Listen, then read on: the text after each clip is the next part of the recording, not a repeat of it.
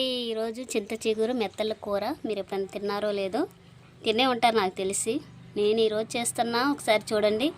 ఉల్లిపాయలు ఎన్ని వేసుకున్నట్టే 4 ఉల్లిపాయలు వేసానండి. చింత చిగురు మా పల్లెటూరు కండి, బాగా దొరికింది చింత చిగురు. ఇది ఫ్రిడ్జ్లో పెట్టాము, ఎలా వడబడ్డది అనమాట. మెత్తలండి శుభ్రంగా కడిగి నెలలో నానేసా. ఇప్పుడు తాలింపేస్తా, చూసేయండి. చూడండి, కట్టెల పొయ్యి మీద అండి నా వంటలు. డైలీ అలాగే చేసి కాంచి వీడియోస్ అన్నీ వంటల గురించే పెడతా. ప్లీజ్ సపోర్ట్ చేయండి. తగినంత నూనె పోసుకోవాలి.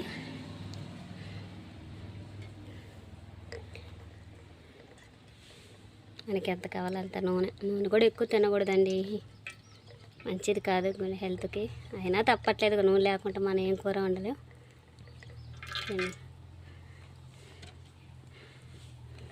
నూనె కొద్దిగా ఎక్కే వరకు కొద్దిగా నూనె పట్టిద్దాన్ని.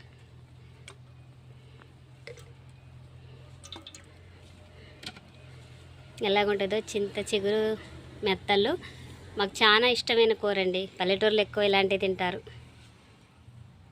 పొయ్యి మీద వంట కదండి, టేస్ట్ ఉంటుంది. చూడండి మెత్తల నూనె మరిగింది.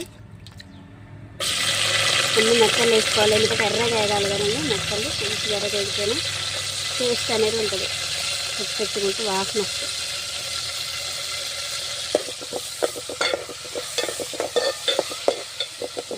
వేయాక ఉల్లిపాయలు వేసుకోవాలి.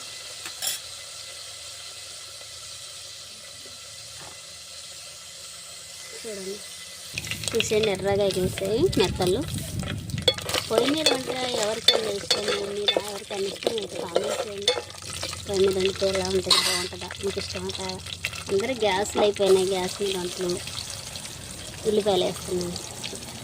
గ్యాస్ మీద వంటలు చేయటం వల్ల పొయ్యి మీద ఎవరు చేయట్లేదండి. మా చిన్నతనంలో అయితే పొయ్యిలేనండి, మామగారు పొయ్యి మీద వంట చేసేవాళ్ళు.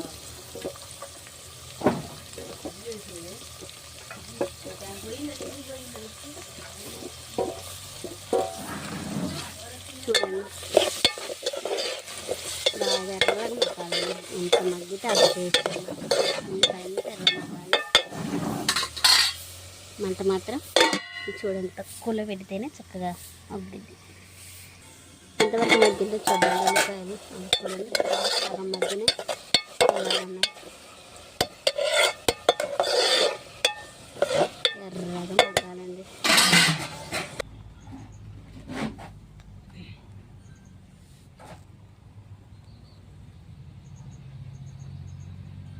ఎలా ఉన్నాయండి చెట్లు, ఎంతవరకు మగ్గిందో చూడండి. ఒకదాన్ని కదా పట్టం, కొద్దిగా ఇబ్బంది అవుతుంది వీడియో. ఓకే, మగ్గిందండి. అలాగే తగినంత పసుపు వేసుకున్నాం. పసుపు పట్టించిన పసుపు అండి, ఇది కొన్న పసుపు కాదు. ఇది కొద్దిగా వేసిన కలరు చూడండి ఎలా వస్తుంది.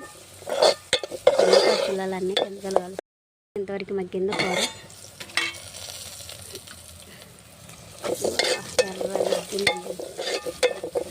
అంతా తగినంత కారం వేసుకొని